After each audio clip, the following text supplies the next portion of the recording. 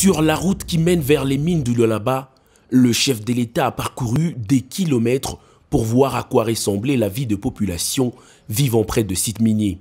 Félix-Antoine Tshisekedi s'est arrêté une première fois aux installations de Kamoto Copper Company KCC où il recevra des explications sur le traitement de minerais. Celui-là, nous l'obtenons sous forme de sel. Ça, c'est l'hydroxyde de cobalt. Ça, c'est l'hydroxyde. L'hydroxyde de cobalt que nous produisons. Oui. Et après, on transforme encore.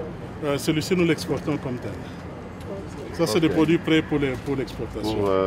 C'est avec ça qu'ils fabriquent maintenant de la batterie. C'est ça, excellent. Rien que ça. Donc oui. Il ne faut plus le retransformer de nouveau. Donc là, il est quasi fini. Il n'est pas, en fait, c'est prêt pour être utilisé dans la fabrication. Oui.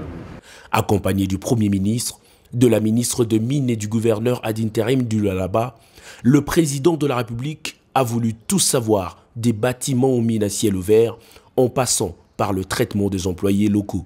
De la direction de KCC, le cortège a pris la direction de la sino-congolaise de mines.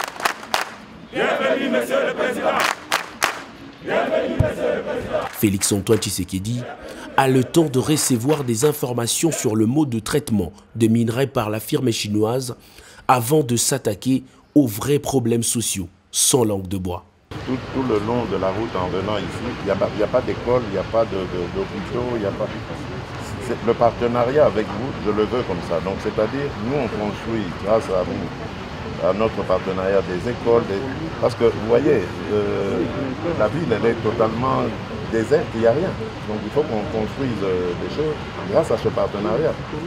Et donc nous on prospère et vous prospérez. Il ne faut pas que le jour où notre collaboration va se terminer, nous on reste qu'avec des cadavres. Les responsables de cette entreprise, qui ont présenté au chef de l'État quelques projets sociaux sur maquette, ont été conviés par celui-ci à coopérer avec les autorités provinciales pour connaître les vrais besoins des populations. Les conditions de travail de ses compatriotes dans les mines, une préoccupation majeure pour le chef de l'État. Nous faisons du partenariat.